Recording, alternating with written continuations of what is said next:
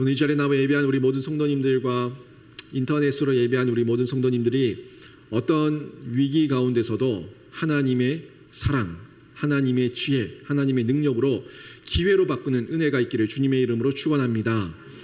오늘 본문 말씀은 30장 1절부터 10절까지 저희가 읽었는데 30장 전체의 내용을 저희가 함께 좀 봐야 되는 부분인데 저희가 내용을 1절부터 10절까지만 함께 좀 봤습니다. 호국 보훈의 달을 맞이해서 제가 이번 6월달에 계속해서 다윗에 대한 말씀으로 증언을 하고 있습니다. 여러분은 다윗을 통해서 어떤 느낌을 가지고 또 어떤 도전을 받고 계십니까? 다윗을 통해서 저희가 배울 점이 있습니다. 성경의 내용도 역사예요. 역사의 내용을 통해서 역사 속을 살았던 위대한 선진들의 그 믿음을 통해서 저희가 배울 점이 분명히 있습니다. 여러분에게 역사관이 있습니까? 역사관이라는 것은 역사를 바라보는 시각이고 또 눈입니다. 어떤 안목을 가지고 바라보냐에 따라서 역사를 통해서 배울 점이 분명히 있는 것을 확인할 수가 있습니다.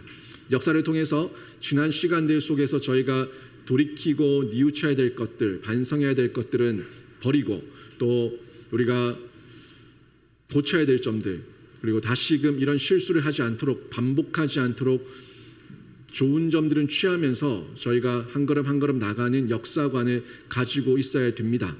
역사는 반복된다고 이야기를 해요. 역사를 통해서 우리는 미래를 예측할 수가 있고 대비할 수가 있습니다. 서양 속담에도 격언 가운데 역사는 반복된다는 격언이 있어요. 역사는 반복된다. 이 역사가 계속해서 반복되고 있는데도 불구하고 역사를 통해서 배우지 못하고 예측하지 못하고 대비하지 못한다 하면은 저희는 역사를 통해서 배우지 못한 사람이 됩니다. 역사는 배우라고 있는 거예요. 역사를 통해서 배우는 사람이 있는가 하면은 배우지 못하는 사람이 있어요. 두 가지로 늘 나눠져요. 역사를 통해서 배우느냐, 역사를 무시하느냐, 이 두 가지로 늘 결정이 되는데 문제는 뭐냐면 역사를 무시하는 사람들, 역사를 통해서 배우지 않는 사람들이 역사를 통해서 배우는 사람보다 많다는 겁니다. 그래서 여러 가지의 흐름들이 자꾸 반복되고 자꾸 실수하고 그 가운데서 우리가 하지 말아야 될 죄성과 죄에 대한 모습들을 계속 우리 몸의 습관처럼 가지고 있다는 거, 이게 문제입니다. 어떤 냉소주의자가 이런 말을 했습니다. 우리가 역사로부터 배우는 딱 한 가지가 있다. 우리가 역사로부터 배우는 딱 한 가지가 있는데 우리가 역사로부터 아무것도 배우지 않았다는 것이다. 이런 이야기를 했어요. 웃긴 이야기죠. 비꼬는 이야기입니다. 우리가 역사를 통해서 배우는 점이 한 가지가 있는데 우리가 역사를 통해서 배우지 않고 있다는 거, 이거를 역사를 통해서 배운다. 이렇게 얘기하고 있는 겁니다. 비꼬는 말이에요. 여러분, 역사는 우리가 배워야 됩니다. 무시하면 안 됩니다. 역사를 통해서 우리가 어떤 점을 취해야 될지, 어떤 점을 버려야 될지 우리가 역사를 통해서 늘 점검하면서 체킹해 봐야 된다는 겁니다. 여러분의 인생도 역사예요. 여러분의 인생도 역사인데 여러분의 인생을 돌이켜 봤을 때 반복한 잘못들이 있지 않습니까? 분명 이건 안 해야지 느꼈는데 또 돌아보면 또 하고 있어요. 이렇게 하면 내가 안 된다는 것도 알고 있고 내 몸이 상한다는 것도 알고 있고 나에게 덕이 되는 것이 아무것도 없다는 것도 알고 있으면서도 또 돌아보면은 그 잘못을 반복하고 있는 자신을 발견하게 됩니다. 이 냉소주의자의 이야기, 우리 자신을 보고 얘기하는 것 같아요. 우리가 역사를 통해서 배우는 것은 우리가 역사를 통해서 아무것도 배우지 않았다는 것이다. 우리 자신에게 하는 얘기 같고 이 나라와 민족을 보면서 하는 이야기 같습니다. 여러분, 호국 보훈의 달인데 여러분은 이 호국 보훈의 달을 맞이하면서 이 대한민국을 어떻게 보고 계십니까? 여러분, 우리 대한민국 그냥 세워진 나라 아니거든요. 많은 선진들과 선교사들과 믿음의 선배들이 목숨 걸고 세운 나라예요. 자신의 처와 자녀를 이 땅에 묻어가면서 이 땅에 문맹을 퇴치하고 새로운 하나님 나라의 기독교 문화를 세워나갔던 그분들의 헌신이 있습니다. 그분들의 죽음이 있습니다. 피와 땀이 있습니다. 눈물이 있습니다. 그 결과 이 나라, 이 민족이 이렇게 강성한 나라로 세워질 수가 있었어요.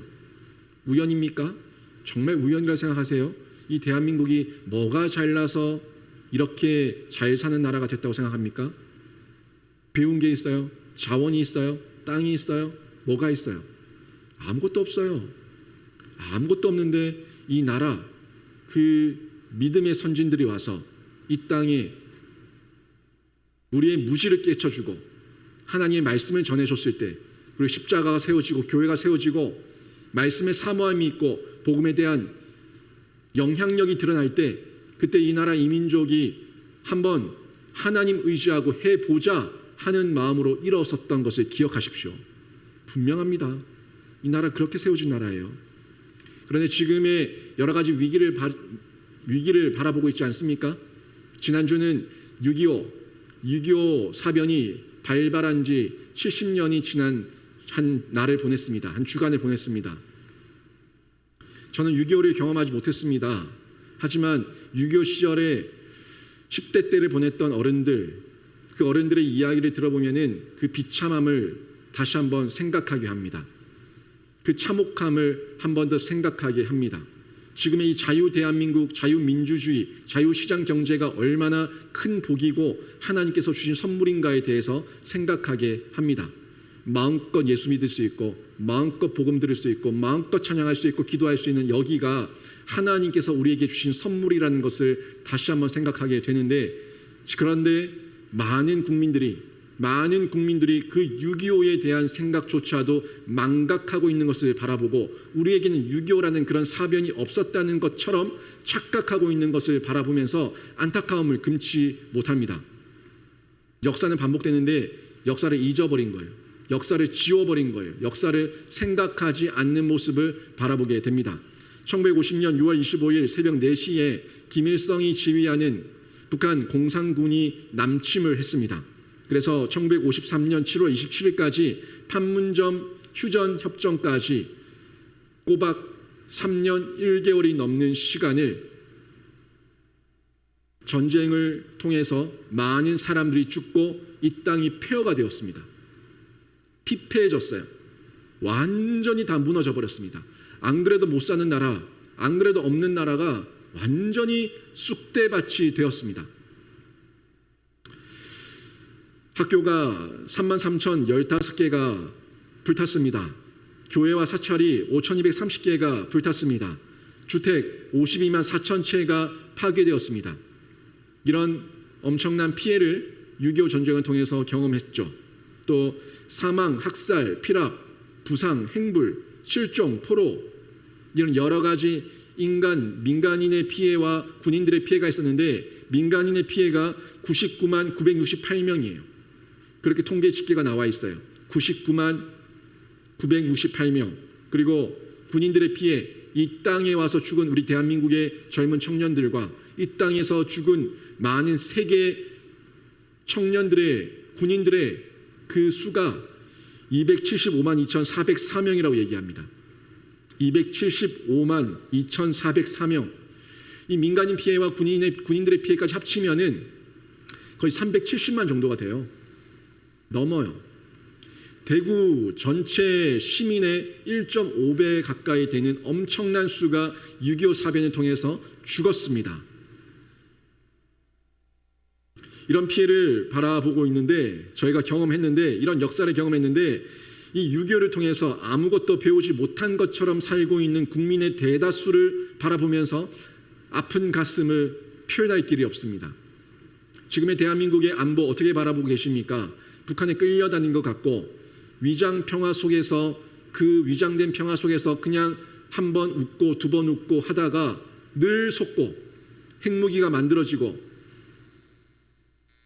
계속된 위협과 계속된 선전과 선동 앞에서 우리 대한민국의 국민들이 정말 바보처럼 속아 넘어가고 있는 이 모습을 보면서 어떤 생각이 드십니까? 국가의 안보의 위기입니다. 엄청난 안보의 위기를 저희가 경험했고 또 느껴야 되는데 안보 불감증에 걸려서 망각하고 살아가고 있어요. 가정은 어떻습니까? 부모와 자녀 간의 관계가 자꾸 깨져요. 부부 간의 관계가 소원해져요. 가정이 깨집니다. 부부 간에도 그렇고 자녀 간에도 부모에게 얘기하지 않고 부모도 자녀에게 할 말이 없어요. 가정의 위기입니다. 학교는 어떻습니까? 학생들이 선생님을 존경하지 않습니다. 선생님도 학생들에게 따끔하게 사랑으로 바른 길을 알려줘야 되는데 그냥 직장으로서의 선생으로 그냥 남아버립니다. 바른 교육이 이루어지지 않습니다. 학생들도 그냥 마지못해 가야 되는 그 공간 정도로 그렇게 생각합니다. 학교의 위기예요. 교회는 어떻습니까? 교세가 점점 기웁니다. 복음의 야성이 이뤄져 가고 있는 것 같고 기도하지 않고 복음에 대한 열정과 말씀에 대한 사모함이 점점 사라지는 것 같은 시간을 바라보고 있고 교회도 성도들도 그냥 대형화 속에 묻혀져 버린 채 본질을 잃어버린 것 같은 그런 교회의 모습을 바라보고 있습니다. 교회의 위기입니다. 이 여러 위기 속에서 위기를 위기라고 생각하지 못하는 위기에 대한 이 둔감함이 또 위기입니다. 또한 위기에 대해서 생각하지 못하고 신념과 사상과 생각의 틀이 엉망이 되어서 위기를 망각해버리고 살아가고 있는 것도 위기입니다. 여러 가지로 사방팔방으로 둘러보면은 모든 것이 위기로 보여지는 이 시국을 저희가 살아가고 있는데 여러분 이 시대를 어떻게 돌파해야겠습니까? 이 상황을 어떻게 돌파해야겠습니까? 사방팔방 모든 게 다 막혀버렸고 하나님 앞에서 대적하는 하나님을 거역하는 입법들은 계속해서 일어나고 있으니까 그냥 포기하자 끝났다 그렇게 생각하고 넋놓고 있어야겠습니까? 아니면 이 상황 가운데서 저희는 어떤 생각을 가지고 어떻게 기도하며 어떻게 이 위기를 극복해 나가야 되겠습니까? 다윗을 통해서 발견할 수가 있습니다. 다윗을 통해서 또 한 번 찾아볼 수가 있습니다. 다윗이 그 위기 가운데 그 어려움 가운데 어떻게 이겨내고 위기를 기회로 바꿨는지 그 비결을 다윗을 통해서 저희가 또 찾아볼 수가 있습니다. 다윗이 처한 위기는 사방의 위기였습니다. 정말 사방의 위기였어요. 다윗의 모습 가운데 그 어느 것도 만만한 게 없었어요. 지금은 아말렉이 침략을 했죠. 아말렉이 침공을 해서 자신의 모든 처자식이 다 끌려갔어요. 없어요. 불탔어요. 그 내용이 오늘 본문 1절에서 3절까지 기록되어져 있습니다. 근데 다윗의 처지가 어떠냐고요? 자신의 본국이었던 이스라엘에서는 왕이라고 하는 사람에 의해서 지명수배가 내려져 있습니다. 지명수배가 내려져 있어서 그 땅에 들어갈 수가 없어요. 그래서 이방 나라를 전전긍긍하면서 돌아다니면서 망명생활하고 있지 않습니까? 그런데 블레셋 장군들에 의해 가지고 블레셋에서도 추방당했어요. 쫓겨났어요. 같이 전쟁을 못하겠답니다. 다윗과는 못하겠으니까 돌려보내라고 얘기합니다. 그래서 쫓겨났습니다. 그나마 시글락이라고 하는 작은 성읍에 모여서 자신들을 따르고 있는 그 군인들과 그 군인들의 처자식과 함께 먹고 살고 있는데 거기도 설상가상으로 아말렉에 의해 가지고 침략을 당했고 완전히 불타버렸습니다. 과거에 아말렉과의 전쟁이 있었는데 그때 다윗에게 패배했죠. 아말렉이. 그 복수를 하겠다고 갑자기 기습한 거예요. 다윗이 없는 틈을 타서 기습해서 그 시글락성을 다 불태우고 거기에 있는 여자들과 처자식들을 다 끌고 포로로 가버렸어요. 엄청난 위기 아닙니까? 그나마 의지할 만했었던 그 군사들과 용사들과 그 백성들의 그 처자식들을 보면서 위안을 갖고 위로를 받고 있었는데 그들마저 다 끌려가버린 상황, 엄청난 도전과 위기를 지금 다윗이 직면하고 있습니다. 그뿐만입니까? 이제는 백성들까지 마음이 갑자기 돌변해요. 백성들이 돌변합니다. 부하들이었죠. 이 부하들이 다윗 앞에서 충성을 맹세했던 그 부하들이 갑자기 돌변해서 다윗에게 돌을 들고 치려고 합니다. 왜요? 3일간의 긴 행군을 마치고 자신의 본거지로 돌아왔는데 이제 본거지로 돌아가면 조금 쉴 수 있겠지. 우리 처자식과 함께 밥도 먹고 휴식도 취하면서 다시금 위로를 받을 수 있겠지 하고 본거지로 돌아왔는데 시글락성이 어떻게 돼 있어요? 다 불타서 연기가 나고 있는 거예요. 또 급히 들어와서 자신들의 처자식을 찾으니까 아무도 없는 거예요. 엉망진창이 되어 있는 겁니다. 그 모습을 보고 이 용사들이 마음이 어땠겠냐는 겁니다. 아무리 군인이고 아무리 남자라고 해도 자신의 처와 자녀가 다 끌려가 버리고, 그만큼 믿었던 다윗이라고 하는 이 리더는 아무것도 못한 채 그냥 함께 자기들과 울고 있는 그 리더를 보면서 어떤 마음이 들겠냐는 겁니다. 우리가 다윗을 쫓아가면은 다윗을 통해서 다윗이 왕이 되었을 때 이스라엘의 개국 공신이 되어가지고 한 자리 차지할 수 있겠지 하는 희망을 가지고 왔는데, 그 희망이 완전히 산산조각이 나버린 겁니다. 아무것도 없어요. 내가 개국 공신이 돼본들 뭐하고, 내가 유명해진들 뭐하냐고, 내 처도 없고 내 자식도 없고 내 가족들이 모두 다 죽었는데, 죽었는지 살았는지 모르고 다 끌려가 버렸는데 나 혼자 살아있으면 뭐하겠냐 하는 이런 자괴감이 밀려오면서 용사들의 마음이 다 녹아내린 겁니다. 그 마음 가운데 불평이 나오는 거죠. 너 때문이야. 다윗, 너 때문이야.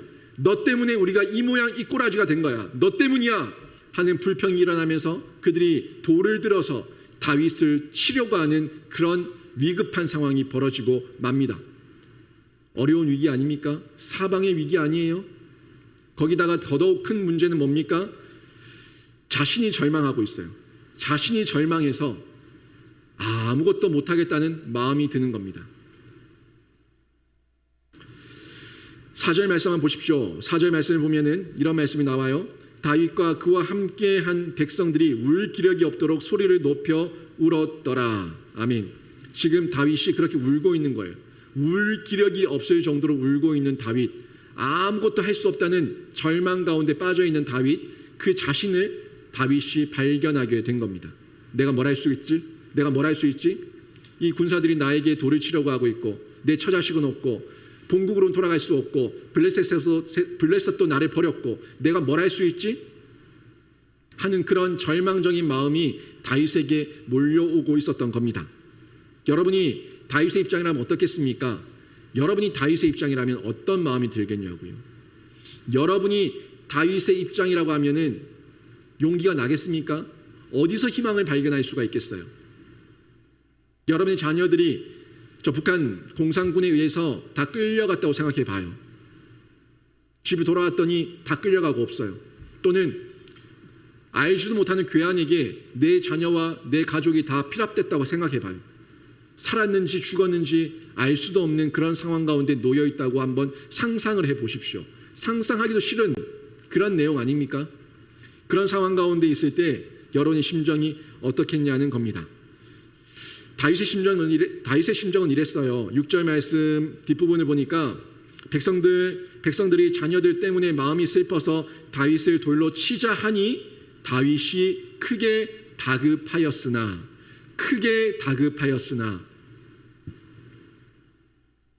다윗의 마음이 크게 다급했다는 얘기는 조급했다는 얘기입니다. 어찌할 바를 모르고, 도대체 내가 어찌할 바를 모르고 이러지도 저러지도 못한 채 그저 마음이 녹아내리고 있다는 얘기예요. 걱정, 근심, 염려, 불안, 두려움 엄습하는 가운데 이러지도 저러지도 못하고 내가 어떻게 해야 되지?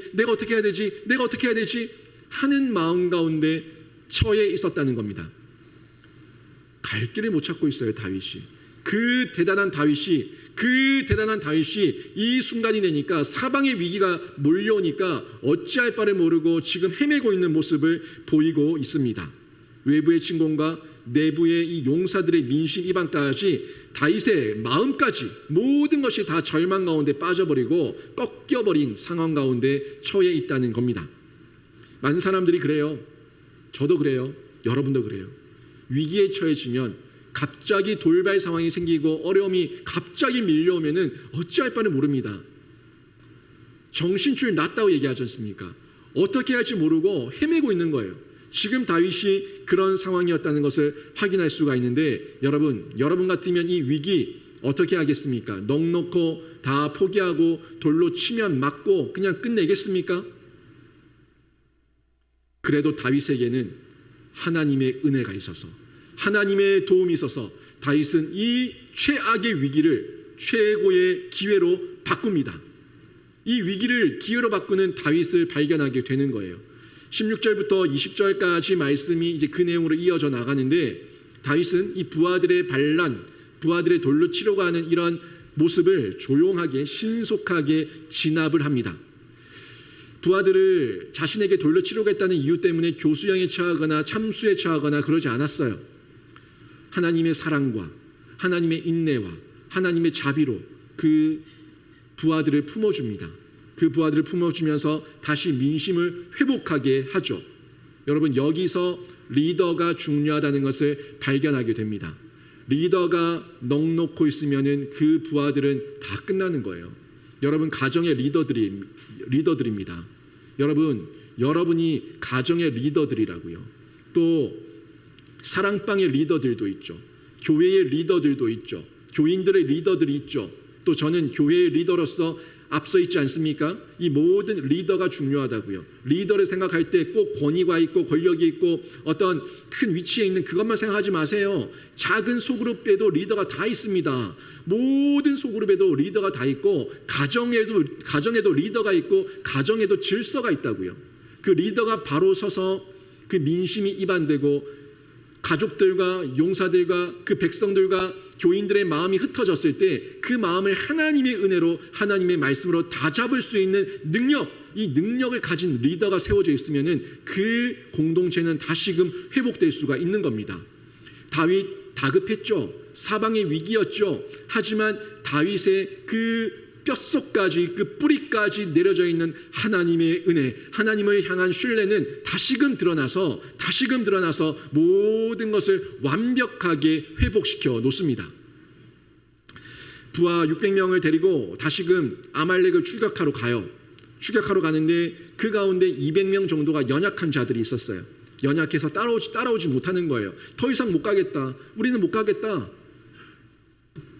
명령이다. 따라와라. 이것이 아니라 그 200명을 거기다 쉬게 합니다. 여기 머물러 쉬고 있어라. 이렇게 얘기하고 400명만 데리고 가는 거예요. 마음에 조급함이 없겠어요? 두려움이 없겠어요? 지금 저 아말렉의 군대가 얼마나 있는지도 모르겠고 지금 600명이 가도 부족할지 모르는 판에 200명이나 남겠다고? 마음에 조급함이 들 수 있죠. 하지만 다시 말씀으로 돌아와서 하나님의 은혜 가운데 그 마음으로 충만함을 잊게 되니까 200명을 더도 이길 수 있다는 자신감이 있는 거예요. 400명만 데리고 갑니다. 400명만 데리고 가서 거기서 모든 잃었던 것들, 처와 자녀와 그리고 모든 재산들을 다 찾아와요. 모든 것을 찾고 거기다가 더해서 전리품까지 더해가지고 모든 것을 완벽하게 회복해서 돌아오는 다윗을 발견할 수가 있습니다. 거기다가 이 전리품을 얻은 것을 가지고 욕심부리지 않는 다윗도 발견하게 되는데 이 전리품을 얻은 것들 이것을 나누는 기회로 삼습니다. 전리품을 나누는데 이 나누는 내용이 21절부터 31절까지 쭉 나오는 내용들이에요. 다윗이 아말렉과 싸워서 취한 이 전리품을 피곤해서 지쳐있는 그 200명에게까지 줍니다. 400명이 이렇게 얘기합니다. 줄 수 없습니다. 저들은 싸우지 않았는데 어떻게 저들에게 전리품을 줍니까? 라고 얘기해요. 하지만 다윗이 아니다. 이들에게도 줘야 된다. 이들에게도 줘야 된다. 라고 얘기하고 그 전리품을 400명에게도 주고 200명에게도 나눠줘요. 모두에게 나눠주니까 그 지쳐서 쓰러져 있던 위로가 필요했던 그 200명들 어떤 마음이 들겠어요? 내가 이제는 다윗을 절대 버리지 않겠다. 다윗에게 충성을 맹세하겠다 하는 마음을 가지지 않겠습니까? 그런 마음을 가지고 다윗에게 더욱더 충성하는 용사들이 되는데 이 모든 상황들을 그런 기회로 만드는 다윗을 발견하게 됩니다. 또 다윗이 본국으로 돌아가지 못하다 보니까 이 성읍 저 성읍을 다니면서 주변 성읍들을 많이 돌아다니면서 신세를 많이 졌어요. 그 성읍들에게 은혜를 입었는데 이번 전리품을 얻어가지고 그 전리품을 여러 성읍들에 다 보내줍니다. 다 보내줘서 그 성읍들에게 은혜를 갚는 다윗을 보게 하는 거예요. 여러분, 지금은 다윗이 왕이 되기 전이었어요. 제가 지지난주 얘기하면서 다윗이 왕이 되었을 때 많은 지파의 장로들이 돌아오고 많은 군사와 장군들이 돌아와서 우리의 왕이 되어 주십시오라고 이야기하지 않았습니까? 34만 800명이나 되는 그런 엄청난 군대가 와서 우리의 왕이 되어 달라고 얘기하는데 왜 그들이 다윗에게 왕이 되어 달라고 얘기했겠습니까?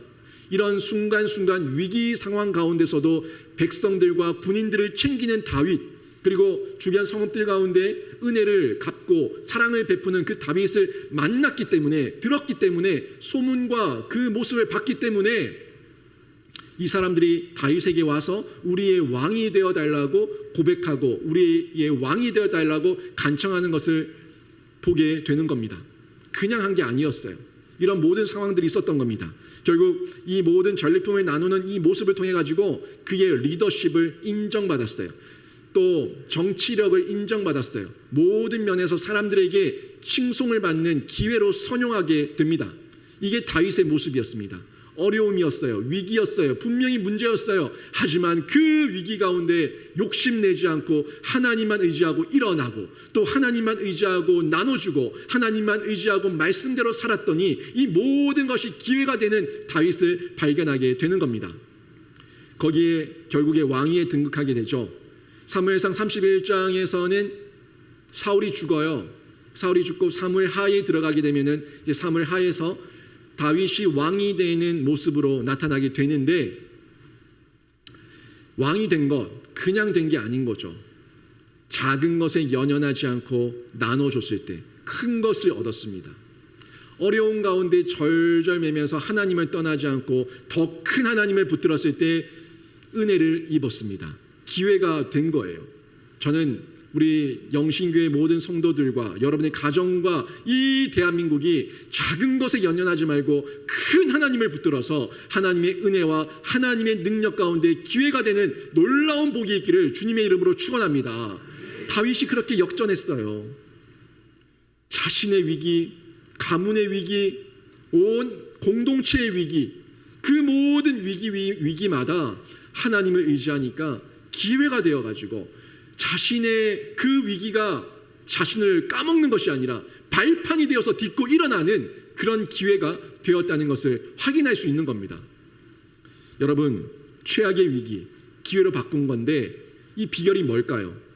다윗이 이 최악의 위기를 기회로 바꾼 비결, 그 비결은요, 세 가지로 볼 수가 있는데 먼저는 버려진 소년을 발견하게 돼요. 이 버려진 소년, 아말렉 사람이 버린 사람이었어요. 아말렉 주인이 그 종이 병들었다고 광야로 버렸어요. 나가 죽든지 말든지 너 같은 놈은 필요 없어. 일도 못하고 밥만 축내고 병들었으니까 나가라. 그래서 쫓아냈다고요. 쫓아내서 광야에서 고통을 당하고 있는데 그때 아말렉을 추격하겠다고 일어나서 나온 다윗의 군대를 만나게 되는 겁니다. 놀라운 일 아닙니까? 우연일까요? 하나님께서 만나게 하신 거예요.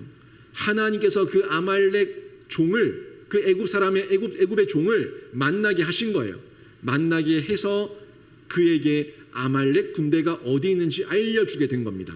여러분, 그 광야에서 아말렉 군대를 어떻게 추격합니까?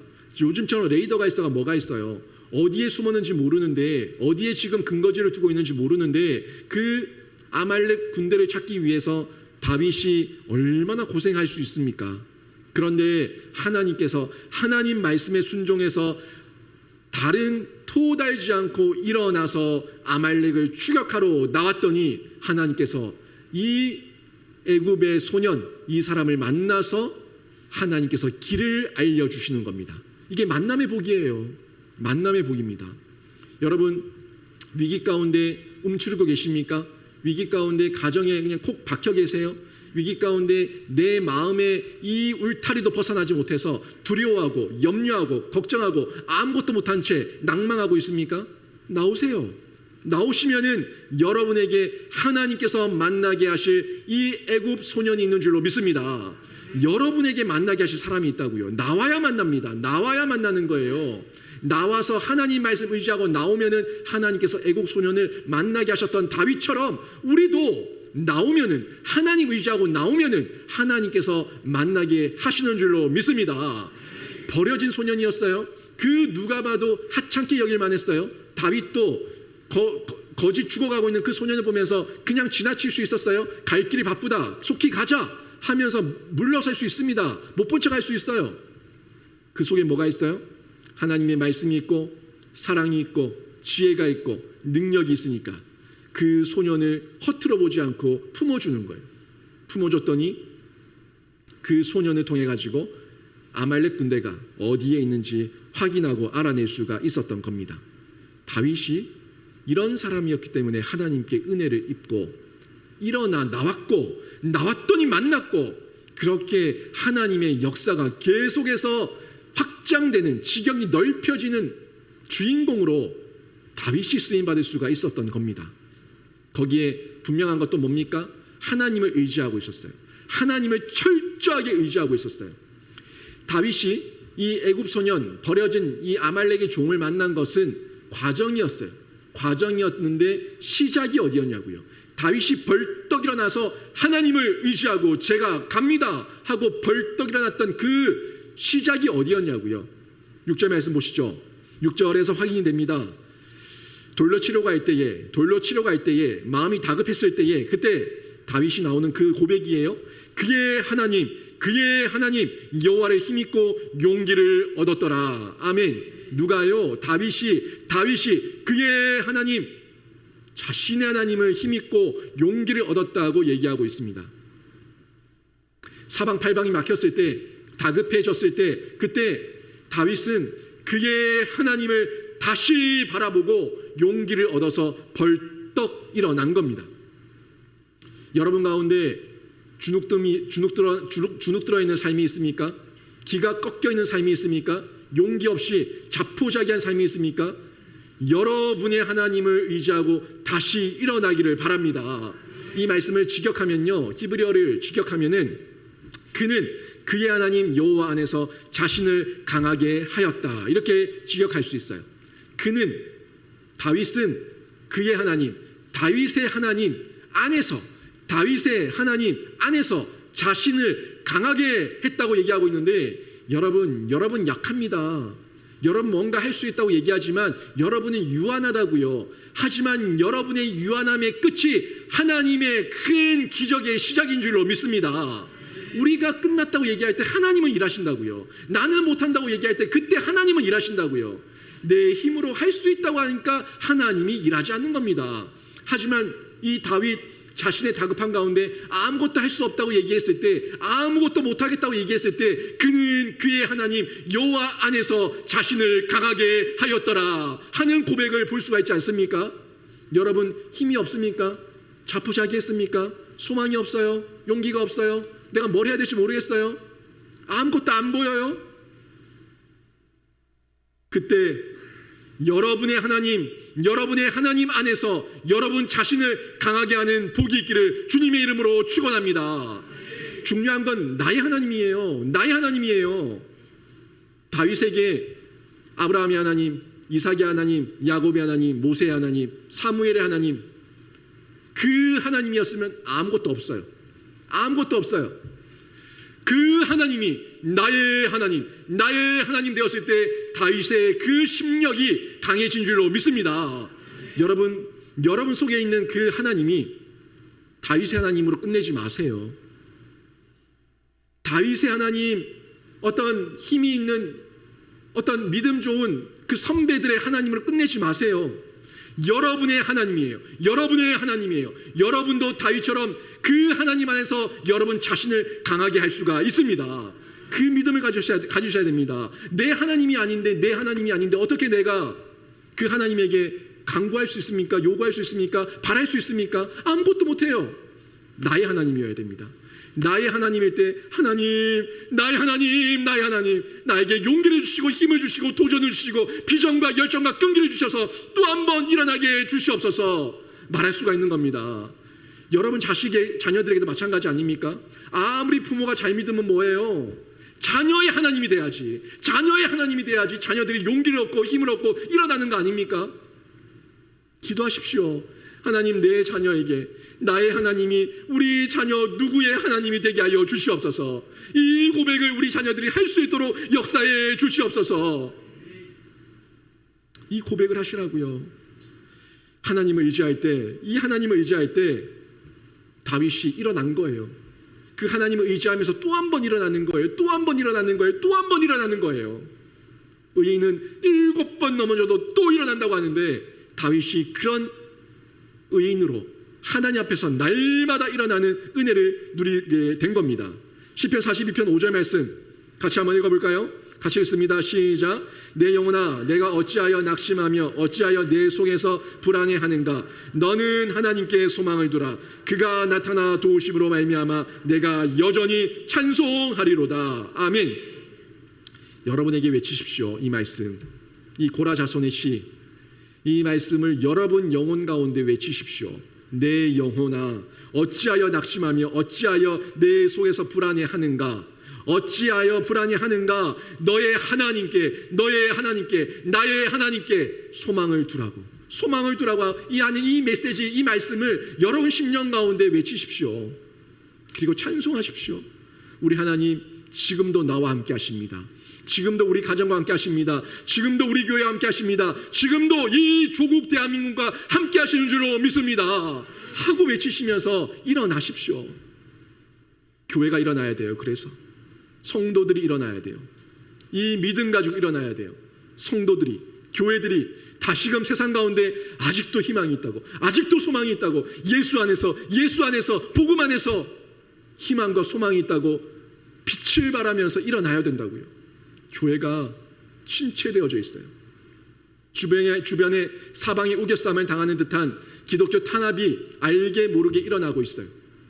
코로나를 빌미로 삼아서 우리들의 신앙의 자유까지 침범하려고 하는 그런 시도들이 계속해서 논의되고 있어요. 이 사방의 위기 가운데 여러분 낙담하지 마시고 다윗처럼 하나님 바라보시고 또 한 번 일어나는 은혜가 있기를 주님의 이름으로 축원합니다. 시편 84편 5편 5절에서 7절, 시편 84편 5절에서 7절 말씀 같이 한번 봉독해 보겠습니다. 같이 읽습니다. 시작. 주께 힘을 얻고 그 마음에 시온의 대로가 있는 자는 복이 있나니 그들이 눈물 골짜기로 지나갈 때에 그곳에 많은 샘이 있을 것이며 이른 비가 복을 채워주나이다. 그들은 힘을 얻고 더 얻어 나아가 시온에서 하나님 앞에 각기 나타나리이다. 아멘. 주님께 힘을 얻으면 됩니다. 주님께 힘을 얻으면 우리 앞에 시온의 대로가 열리는 줄로 믿습니다. 이 84편도 고라 자손의 시인데 이들의 시를 여러분 깊이 한번 묵상해 보시기 바랍니다. 시간이 없어 다 말씀 못 드리지만 이 고라 자손이 어떤 자손이었는데 그리고 이 고라 자손이 왜 이런 말씀의 시를 고백하고 있는지 한번 묵상해 보시기 바랍니다. 고라 자손 어려운 상황이었어요. 어려운 처지였어요. 하지만 그들이 회개하고 돌이키고 하나님 앞에서 하나님을 붙들 때, 하나님을 의지할 때 주께 힘을 얻고 시온의 대로가 열렸다고 그들은 고백하고 있는 것을 보게 되는데 우리 상황 가운데 있는 여러 위기는 동굴이 아니에요. 터널입니다. 곧 지나갑니다. 곧 지나갑니다. 곧 지나간 이후에 하나님께서 우리에게 시온의 대로를 열어주셨다는 그런 고백을 여러분과 우리 교회와 우리 모든 이 나라와 민족이 올려드리기를 바랍니다. 너무 교만해져 있어요. 너무 자만해져 있어요. 하나님 필요 없다고 얘기하는 이런 교만과 자만이 이 시대 정신 가운데 팽배하게 퍼져 있습니다. 떨쳐버려야 돼요. 하나님만 철저하게 의지하고 하나님만 철저하게 의지하고 저는 할 수 없지만 하나님이 지금 도우시면 다시 일어날 줄로 믿사오니 도와주시옵소서 하는 고백으로 우리가 일어나야 되는 상황 가운데 있는 것을 기억하시기를 바랍니다. 다윗은 질문을 했어요.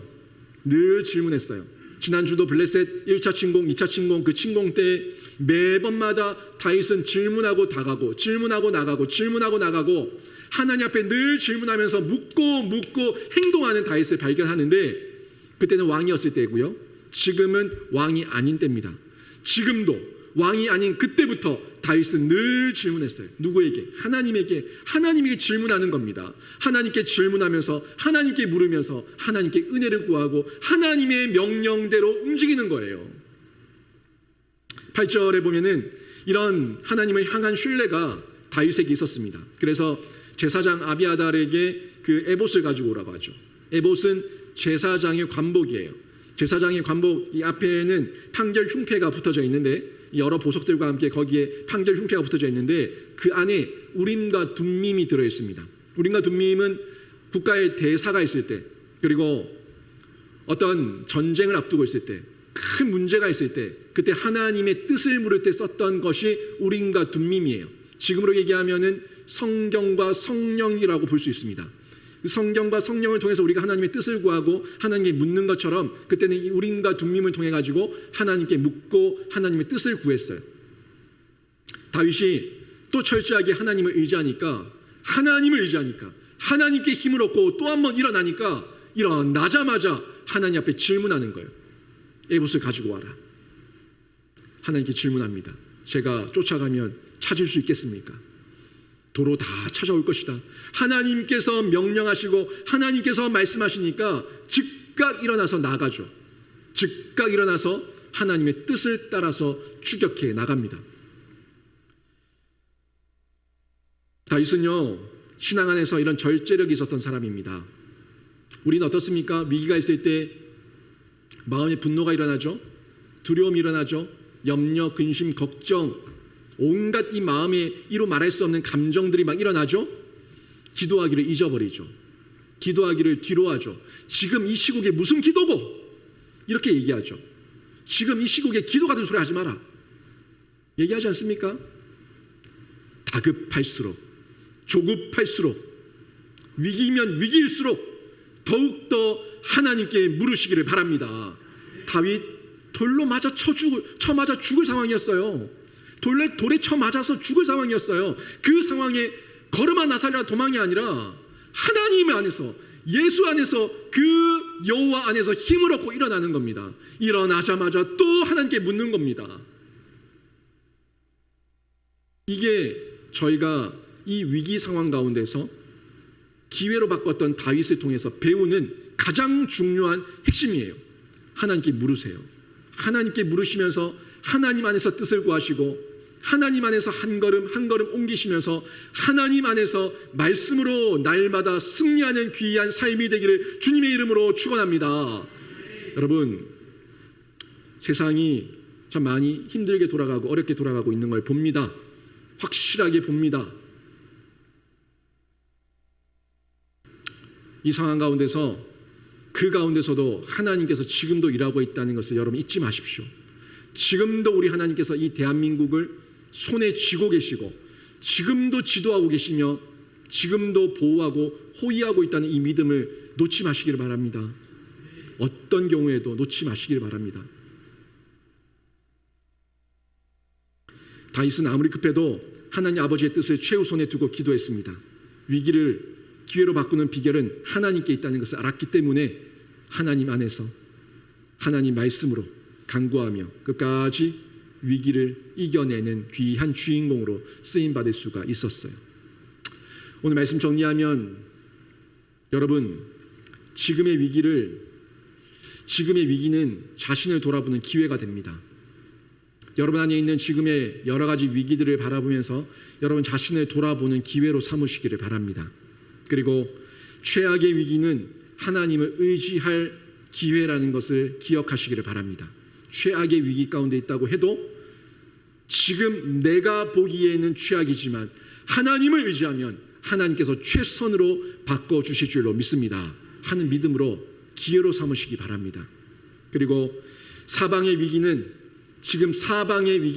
하늘로 열려있는, 하늘로 뚫려있는 하나님을 만나는, 하나님을 체험하는 기회로 삼으시기를 바랍니다. 중요해요. 너무너무 중요합니다. 위기 가운데 꺾이지 마십시오. 위기 가운데 포기하지 마십시오. 위기 가운데 낙담하지 마시고 또 한 번 하나님 안에, 말씀 안에 은혜가 있고 능력이 있고 지혜가 있다는 것을 발견하시고 기회로 삼고 일어나시기를 바랍니다. 다윗이 그 사람이었어요. 다윗이 그런 사람이었어요. 다윗의 하나님, 그 다윗의 하나님을 나의 하나님으로 꽉 붙들고 또 한 번 이겨내고 승리하시고 하나님의 사랑이, 하나님의 지혜가, 하나님의 능력이 여러분 삶 가운데 풍성하게 드러나서 여러분 삶에 간증과 감사가 넘치는 은혜가 있기를 주님의 이름으로 축원합니다. 아멘.